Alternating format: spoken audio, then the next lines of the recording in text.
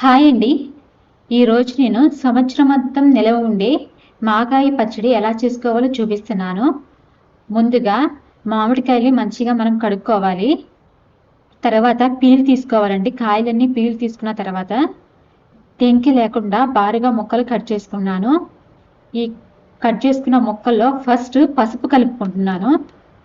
పసుపు కలుపుకున్న తర్వాత మంచిగా ముక్కలన్నిటికి పట్టేలాగా పసుపు కలుపుకున్న తర్వాత ఒక డబ్బాలో అడుగున సాల్ట్ వేసి తర్వాత ఈ ముక్కల్ని అందులో వేస్తున్నాను.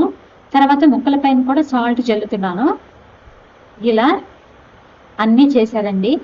అన్నీ చేసి ఒకరోజు ఒక 24 అవర్స్ ఇలాగే ఉంచుకోవాలి. 24 అవర్స్ అయిన తర్వాత ఇందులో వాటర్ ఊరగయ్యి ఆ వాటర్ని మనము గట్టిగా పిండుకొని ఎండబెట్టుకోవాలి. చూసారు కదా, ఇలా మొత్తం చేసేసుకున్న తర్వాత నేను స్టోర్ చేసుకున్నాను. 24 అవర్స్ ఇలాగే వదిలేసేయాలండి. తర్వాత ఇందులో వాటర్ వస్తాయి, చూసారు కదా. ఈ గుజ్జుతోని మనం కలుపుకోవాలి. అందుకే గట్టిగా పిండుకొని ఆరబెట్టుకోవాలి. ఒకరోజు ఆరబెట్టుకుంటే చాలండి.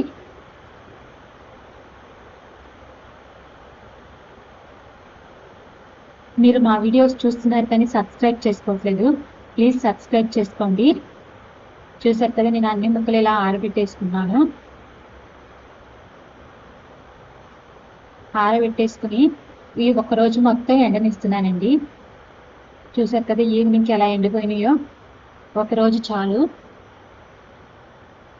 ఈ ముక్కలు తెచ్చేసుకుని నేను కలిపేసుకుంటున్నాను. నేను మెంతులు వేయించి పెట్టుకున్నానండి. ఒక కప్పుడు మెంతుల్ని వేయించి పెట్టుకున్నాను, పొడి చేసుకోవట్లేదు.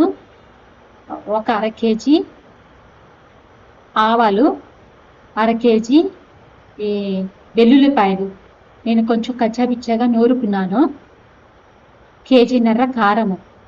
ముక్కలు ఎన్ని అయినాయో చెప్పలేదు కదా, 8 కేజీలు అయినాయి ముక్కలు. ఆ ముక్కలకి నేను చెప్తున్నాను. 1.5 కేజీన్నర కారము,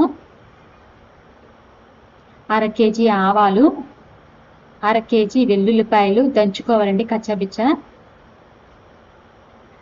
చూసారు కదా, ఫస్ట్ కారం వేసేసుకున్నాను. తర్వాత ఆవు పిండి కూడా వేసేసుకున్నాను. తర్వాత మెంతులు మనం పౌడర్ చేసుకోకూడదు. ఇలా మధ్య మధ్యలో ఇవి పంటికి తగిలితే చాలా బాగుంటుంది. అందుకే నేను పౌడర్ చేసుకోకుండానే వేసేసుకుని మంచిగా మిక్స్ చేసుకున్నాం.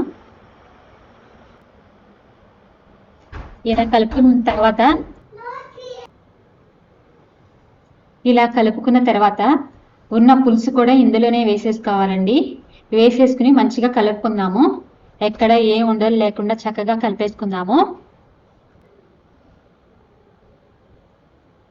చూసారుగా కలిపేసుకున్నాము. తర్వాత వెల్లుల్లిపాయ కూడా వేసేసుకున్నాము ఇందులోనే. వెల్లుల్లిపాయ కచ్చాబిచ్చాగా దంచుకోవాలండి, మరీ పేస్ట్ లాగా వేసుకోకూడదు. అది కూడా కలిపేసుకున్నాము.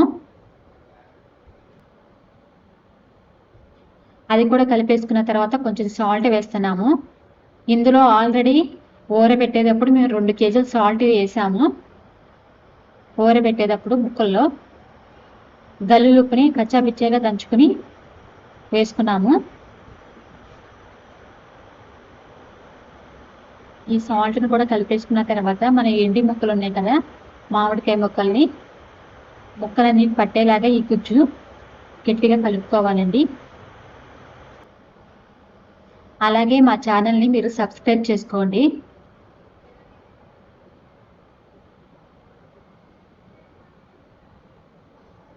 ఈ ముక్కలన్నిటిని కలిపేసుకోవాలి.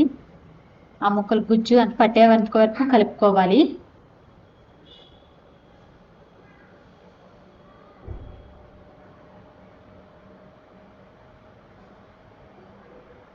మాకు 2 బేషన్ల ముక్కలు అయినాయి కాబట్టి ఫస్ట్ ఇది ఒక బేషన్ ముక్కల్ని కలుపుకున్న తర్వాత తీసేసాము. తర్వాత మళ్ళీ వేరేవి వేస్తున్నాను.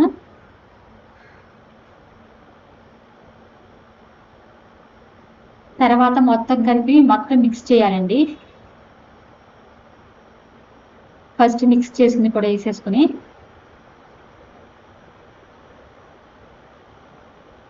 చూసారు కదా, ఇప్పుడు ఇదంతా కలిసిపోయిందండి. మాగాయ పచ్చడి అయిపోయినట్టే. మనము తినే ముందు తాలింపు పెట్టుకోవాలి. ఇప్పుడే తాలింపు పెట్టుకుంటే బాగోదు. ఎప్పటికప్పుడే మనం తినే ముందు తాలింపు పెట్టుకుంటే చాలా బాగుంటుంది. ఆయిల్ వేసుకుని ఇది సంవత్సరం మొత్తం ఇలాగే ఉంటుంది. కలర్ కూడా చేంజ్ అవ్వదు, నల్లగా అవ్వడం ఏమీ అవ్వదు. చూసారు కదా, నేను డబ్బాలో వేసేసుకుని స్టోర్ చేసేసుకున్నాము. ఇందులో వేడి వేడి అన్నం వేసుకుని ఆయిల్, కాచిన ఆయిల్ వేసుకోవాలండి, పచ్చి ఆయిల్ కాదు, కాచిన పల్లి ఆయిల్ వేసుకోవాలి. కాచిన పల్లి ఆయిల్ వేసుకుని తింటున్నాం. చాలా అంటే చాలా బాగుంది మాగాయ పచ్చడి. మీరు కూడా ట్రై చేయండి, చాలా బాగుంటుంది. ఇది అందరూ తినొచ్చు. Thank you for